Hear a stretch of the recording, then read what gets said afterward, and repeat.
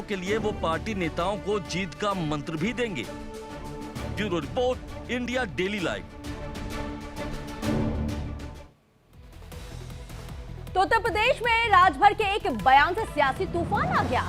शिवपाल यादव यहाँ पे आग बबूला हो गए हैं। उन्होंने राजभर पर पलटवार करने में जरा भी देरी नहीं की। सवाल यह उठता है कि पूर्वांचल में राजभर खेल करेंगे या शिवराज उन्हें शिवपाल, माफ कीजिएगा, शिवपाल क्या उन्हें फेल करेंगे? इस पर हमारी रिपोर्ट है।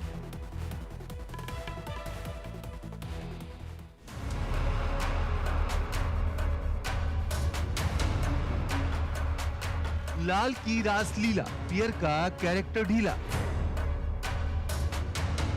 राजभर का खेल, शिवपाल करेंगे फेल। राजभर को समझना मुश्किल नहीं, नामुमकिन। यूपी में लोकसभा चुनाव की तैयारियों के साथ ही सियासी दलों के बीच जुबानी जंग तेज होती जा रही है। खास तौर पर सुहेलदेव भारतीय समाज पार्टी और समाजवाद पार्टी में दोनों की एक दूसरे के खिलाफ तल्ख बयानबाजी से सियासी माहौल गर्मा गया है।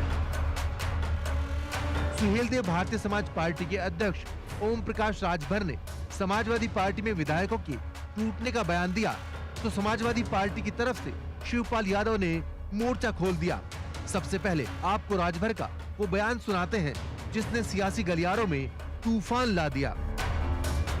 सरकार का जो रवैया रहा है अखिलेश जी का, उस रवैया से नाराज है और लोग अपना भविष्य देख रहे हैं कि यहाँ अब भविष्य नहीं है। राजभर के बयान पर पलटवार करने शिवपाल यादव सामने आए। उन्होंने राजभर को हल्का आदमी बताते हुए कहा कि जब जब चुनाव आते हैं तब वो इस तरह की बयानबाजी करते हैं जिससे इनकी दुकान चलने लगे। अब इलेक्शन आया है, इलेक्शन आने पर इनकी दुकान फिर से चलना शुरू हो जाए, इस तरीके की बातें करते हैं। वहीं राजभर ने भी शिवपाल को जवाब देने में देर नहीं की। उन्होंने कहा कि जिस दिन लोग सरकार में शामिल हो जाएंगे तब पूछूंगा कि कौन हल की बात कर रहा है। कुछ महीनों पहले या कहें कि अभी कुछ समय पहले से आपका झुकाव बीजेपी की ओर धीरे धीरे बढ़ता गया है। देखिए, तर्क लोगों का अपना है। उत्तर प्रदेश में सरकार जिसकी रहेगी उस वही मुख्यमंत्री से न समस्या के लिए कोई मिलेगा कि हम जाके मिलें अखिलेश जी से कहें कि वहाँ डीएम नहीं सुन रहा है, ये काम है जनता का, तो वो तो नहीं करा सकते।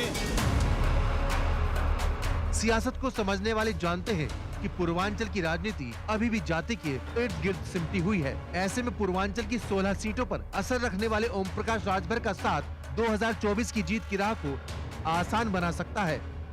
हालांकि शिवपाल यादव वोट बैंक के जरिए इस खेल को बिगाड़ने की पूरी कोशिश करेंगे। Bureau report, India daily live. और 2024 का लोकसभा चुनाव बेहद करीब है और इसको लेकर सभी पार्टियां जोर शोर से अपनी तैयारियों में जुट गई। तो वहीं बीजेपी ने भी एक बड़ा फैसला लिया है। आपको बता दें कि बीजेपी ने क्या कुछ बड़ा फैसला लिया, इस रिपोर्ट के जरिए समझने की कोशिश कीजिए कि आखिर बीजेपी की रणनीति और उसके दिमाग में क्या चल रहा है।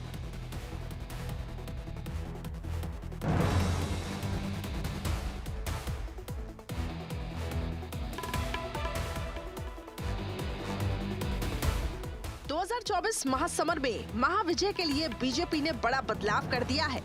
मोदी और शाह के मैराथन मंथन के बाद संगठन को नया आकार दिया गया।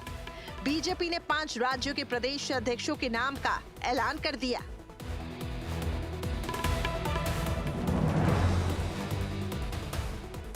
सबसे पहले बाबूलाल मरांडी की बात करेंगे। बाबूलाल मरांडी को झारखंड बीजेपी अध्यक्ष की जिम्मेदारी सौंपी गई। जैसे ही बाबूलाल मरांडी के नाम पर मुहर लगी, कार्यकर्ताओं का उत्साह आसमान पर दिखा। बीजेपी के नए सिपहसालार बाबूलाल मरांडी झारखंड के पहले मुख्यमंत्री रह चुके हैं। वर्तमान में झारखंड विधानसभा में विपक्ष के नेता थे। 1998 चुनाव में शिबू सोरेन को संथाल से हराकर चुनाव जीता था। क्योंकि मैं कोई व्यक्तिगत रूप से तो काम नहीं करता हूँ, पूरी पार्टी काम कर रही है और मैं क्या समझता हूँ, भारतीय जनता पार्टी के लिए चुनौती जरूर है, लेकिन उस चुनौती का भारतीय जनता पार्टी सामना करेगी। और मैं समझता हूँ कि बेहतर झारखंड बनाने में झारखंड की जनता का पूरी सहयोग मिलेगा। 14 में 14 सीट निश्चित रूप से, और 14 सीट की ही पार्टी तैयारी कर रही है।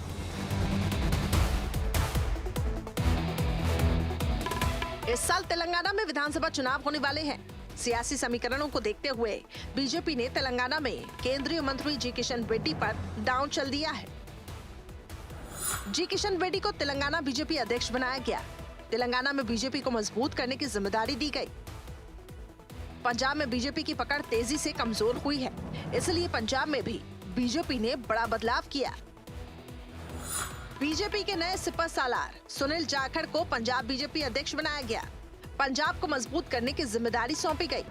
सुनील जाखड़ वही हैं जो कांग्रेस से बीजेपी में आए थे। अमित शाह जी ने और नड्डा साहब ने जितना बड़ा विश्वास मुझ पे दर्शाया है, मैं समझता हूं कि मेरी उतनी बड़ी जिम्मेवारी बनती है कि सारी पार्टी संगठन को साथ में लेके, हमारे साथियों को साथ लेके पूरी तरह पंजाब में बीजेपी का परचम फहराया जाए और पंजाब के हितों के ऊपर पहरा दिया जाए। इस बात के लिए ये जिम्मेवारी सौंपी गई है। बीजेपी में जो बड़े बदलाव हुए हैं, इसकी स्क्रिप्ट 28 जून को देर रात ही लिख दी गई, जब प्रधानमंत्री मोदी, अमित शाह, जेपी नड्डा और संगठन महासचिव बीएल संतोष के बीच मैराथन बैठक हुई थी। इससे पहले भी बीजेपी हाईकमान लगातार मंथन कर रहा था। 2023 के विधानसभा चुनाव और 2024 के महासमर को लेकर बीजेपी पूरी तरह चौकन्नी है। बीजेपी नहीं चाहती कि कर्नाटक जैसे कड़वे अनुभव दोबारा देखने को मिले, इसलिए बीजेपी अब बड़े स्तर पर बदलाव के लिए तैयार भी है और आने वाले सभी चुनावों के लिए कमर कस चुकी है। Bureau report, India daily live. तो चलिए इसी खबर के साथ इस बुलेटिन में मैं और अभितोष आपसे लेते हैं इजाजत, लेकिन इंडिया डेली लाइव पर खबरों का सिलसिला लगातार जारी है। नमस्कार।